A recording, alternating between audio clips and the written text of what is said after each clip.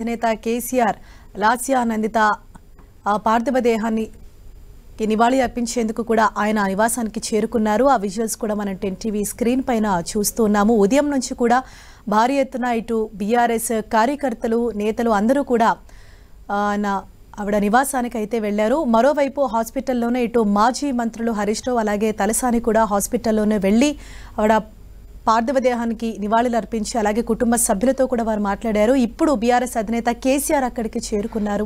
కుటుంబ సభ్యులను కూడా ఆయన ఓదారుస్తున్నారు. లాస్య నందిత మృతదేహానికి బీఆర్ఎస్ అధినేత కేసీఆర్ నివాళి అర్పిస్తున్నారు. మరింత సమాచారంతో మా ప్రతినిధి కిరణ్ మనకు అందుబాటులో ఉన్నారు. కిరణ్, హరీష, రోడ్డు ప్రమాదంలో దుర్మరణం పాలైన లాస్య నందిత పార్థివ దేహానికి బీఆర్ఎస్ అధినేత కేసీఆర్ నివాళులర్పించారు. కొద్దిసేపటి క్రితం ఆయన పావుల నుంచి ఇటు కార్ఖానలోని లాస్య నందిత ఇంటికి చేరుకున్నారు. ప్రస్తుతం వీడియోస్ లో చూసుకోవచ్చు. మరణ వార్త తెలిసిన వెంటనే ఆయన హుటాహుటిన కూడా అటు ఫామ్ హౌస్ నుంచి కూడా అటు కార్ఖానలోని లాస్య నందిత ఇంటికి చేరుకున్నారు. గాంధీ ఆసుపత్రిలో మృతదేహానికి పోస్ట్ మార్టం పూర్తయిన తర్వాత కొద్దిసేపటి క్రితమే లాస్య నందిత మృతదేహాన్ని కూడా ఇంటి వద్దకు తీసుకొచ్చారు. మృతదేహం వెంట కూడా హరీష్ రావు, మాజీ మంత్రి హరీష్ తో పాటు తలసాని శ్రీనివాస్ యాదవ్, అదేవిధంగా పీటర్ హాస్ సంబంధించిన పలువురు బీఆర్ఎస్ ఎమ్మెల్యేలు కూడా ఇక్కడే ఉన్నారు. కొద్దిసేపటి క్రితమే బీఆర్ఎస్ అధినేత కేసీఆర్ కూడా చేరుకొని లాస్య నందిత మృతదేహానికి పూలమాల వేసి నివాళులర్పించారు. అత్యంత పిన్న వయసు ఎమ్మెల్యే, బీఆర్ఎస్ పార్టీలో చాలా రాజకీయ భవిష్యత్తు ఉన్న లాస్య నందిత రోడ్డు ప్రమాదంలో మృతి చెందడం కూడా ఇక బీఆర్ఎస్ పార్టీ ముఖ్యంగా కేసీఆర్ కూడా కొంత తీవ్ర దిగ్భ్రాంతి వ్యక్తం చేసిన పరిస్థితి కనిపిస్తుంది. ఇటీవల కాలంలో బీఆర్ఎస్ పార్టీలో చేరిన తర్వాత సాయన్న గతంలో పోటీ చేసిన కంటోన్మెంట్ స్థానం నుంచి కూడా సాయన్న కూతురుని నిలబెట్టాలని కూడా బీఆర్ఎస్ పార్టీ భావించి అందులో భాగంగా లాస్య నందితకి బీఆర్ఎస్ పార్టీ కూడా బీఫామ్ ఇవ్వడం, ఆ తర్వాత ఎన్నికల్లో పోటీ చేయడం, ఆ తర్వాత ఎన్నికల సందర్భంలో కూడా బీఆర్ఎస్ పార్టీ గ్రేటర్ హైదరాబాద్ సంబంధించిన ముఖ్య నాయకులతో పాటు కూడా అధిష్టానం కూడా ఆమెకి వెన్నంటూ ఉంటూ వచ్చింది. ఇటీవల ఏడాది క్రితం కూడా సాయన్న మృతి తర్వాత కూడా బీఆర్ఎస్ పార్టీ ఆ కుటుంబానికి చేదుడుబాటుగా ఉండడం, ఆ విధంగా ఎమ్మెల్యే స్థానాన్ని కేటాయించి ఆ కుటుంబానికి మేలు చేయాలని కూడా బీఆర్ఎస్ అధినేత కేసీఆర్ గతంలో భావించారు. అందులో భాగంగా ఎన్నికల్లో పోటీ చేసే అవకాశం కల్పించిన తర్వాత ఆమె ఎమ్మెల్యేగా ఎన్నికవడం 2 నెలలుగా నూతన కొత్త యువ ఎమ్మెల్యేగా ఎన్నికై 2 నెలలు కాకముందుకే 10 రోజుల క్రితం నల్గొండలో మీటింగ్ పెట్టినప్పుడు ఆ సభలో కేసీఆర్ ని కలిసి తిరిగి వచ్చిన సందర్భంలో కూడా రోడ్డు ప్రమాదం జరగడం, అక్కడ స్వల్ప గాయాలతో బయటపడిన తర్వాత కూడా కొద్ది రోజుల క్రితమే ఇటు ఫామ్ హౌస్ లో కేసీఆర్ ని లాస్య నందిత కలిసి వచ్చింది. ఆమె కేసీఆర్ ఆశీస్సు కూడా తీసుకోవడం జరిగింది. తీసుకొని వచ్చి కొద్ది రోజులకే లాస్య నందిత రోడ్డు ప్రమాదంలో మృతి చెందడంతో కూడా ఇటు బీఆర్ఎస్ పార్టీ మొత్తం అదేవిధంగా కేసీఆర్ కూడా కొంత దిగ్భ్రాంతి వ్యక్తం చేసిన పరిస్థితి కనిపిస్తుంది. ప్రస్తుతానికైతే ఆయన లాస్య నందిత పార్థివ దేహానికి కూడా పూలమాల వేసి నివాళులర్పిస్తున్నారు. కుటుంబ సభ్యులను కూడా ఓదార్చిన పరిస్థితి కనిపిస్తుంది.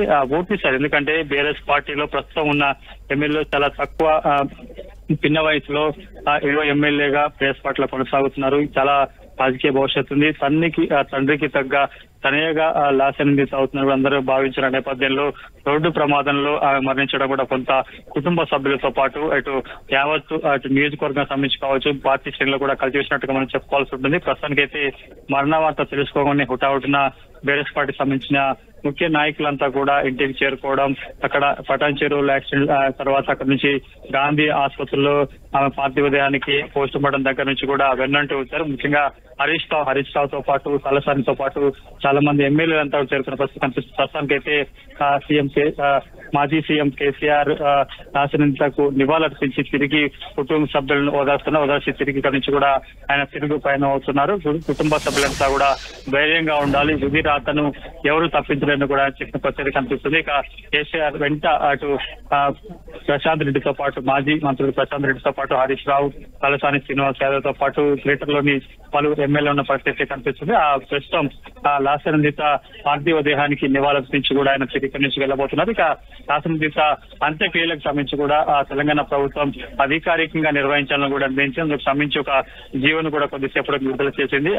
సహజంగానే ఎమ్మెల్యేలతో పాటు మాజీ ఎమ్మెల్యేలకు సంబంధించి కూడా అధికారిక లాంఛనాలతో అంత్యక్రియలు చేసే సాంప్రదాయం లేదు. కానీ కాంగ్రెస్ గవర్నమెంట్ వచ్చిన తర్వాత కూడా గతంలో తన తండ్రి చనిపోయినప్పుడు అప్పుడు అధికారంలో ఉన్న బీఆర్ఎస్ పార్టీ కూడా మాజీ ఎమ్మెల్యే కావడంతో అధికారిక లాంఛనాలు చేయకపోవడంతో కూడా కుటుంబ సభ్యులు కొంత అసహనం వ్యక్తం చేసిన నేపథ్యంలో తిరిగి ఎమ్మెల్యే ఉన్న ప్రస్తుతం కాబట్టి తెలంగాణ ప్రభుత్వం ముఖ్యంగా కాంగ్రెస్ గవర్నమెంట్ ఆమె పార్థివ దేహానికి అధికారిక లాంఛనాలతో కూడా అంత్యక్రియ చేయాలని నిర్ణయించడం కూడా జరిగింది. అందుకు సంబంధించి కూడా ఏర్పాట్లు కూడా జరుగుతున్నాయి. ఈ రోజు సాయంత్రం లోపల కూడా లాస్య నందిత మృతదేహానికి అంత్యక్రియలు చేసేందుకు కూడా ఏర్పాట్లు జరుగుతున్నాయి. ఎక్కడైతే గతంలో తన తండ్రిని అంత్యక్రియలు చేశారో వెస్ట్ మారేడుపల్లిని అక్కడే లాస్య నందిత మృతదేహానికి కూడా అంత్యక్రియలు చేసేందుకు కూడా ఏర్పాట్లు జరుగుతున్నట్టు ఇక సాయంత్రం 4 గంటల ప్రాంతంలో సీఎం రేవంత్ రెడ్డి కూడా రాబోతున్నట్టుగా మనకైతే సమాచారం. ప్రస్తుతానికైతే అటు మాజీ సీఎం బీఆర్ అధినేత కేసీఆర్ లాస్య నందితకు నివాళులర్పించి ఇక్కడ నుంచి తిరుగు పయనమయ్యారు. హరీష.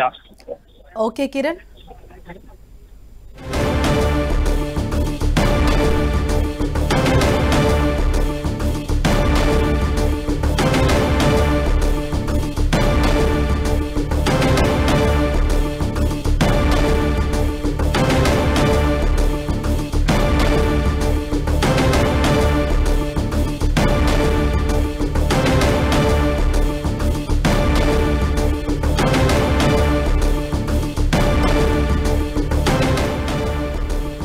బీఆర్ఎస్ అధినేత కేసీఆర్ లాస్య నందిత నివాసానికి కొద్దిసేపటి క్రితమే చేరుకున్నారు.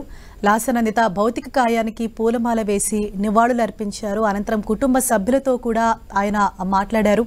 ధైర్యంగా ఉండాలని చెప్పారు. పార్టీ పరంగా అంటే అండదండలు ఉంటుంది అనేసి వారికి భరోసా కల్పించే ప్రయత్నం చేశారు. ధైర్యంగా ఉండాలని కూడా వారితో మాట్లాడడం జరిగింది. అనంతరం కొద్దిసేపటి క్రితమే కేసీఆర్ అక్కడి నుంచి తిరుగుపయనమయ్యారు. ఉదయం నుంచి కూడా అక్కడ లాస్య నందిత నివాసం దగ్గర భారీగా బీఆర్ఎస్ కార్యకర్తలంతా కూడా ఉదయం నుంచి ఉన్నారు. మరోవైపు ఇటు మాజీ మంత్రులు హరీష్ రావు, తలసాని శ్రీనివాస్ యాదవ్ కూడా కేసీఆర్ వెంటే అక్కడికి వచ్చారు.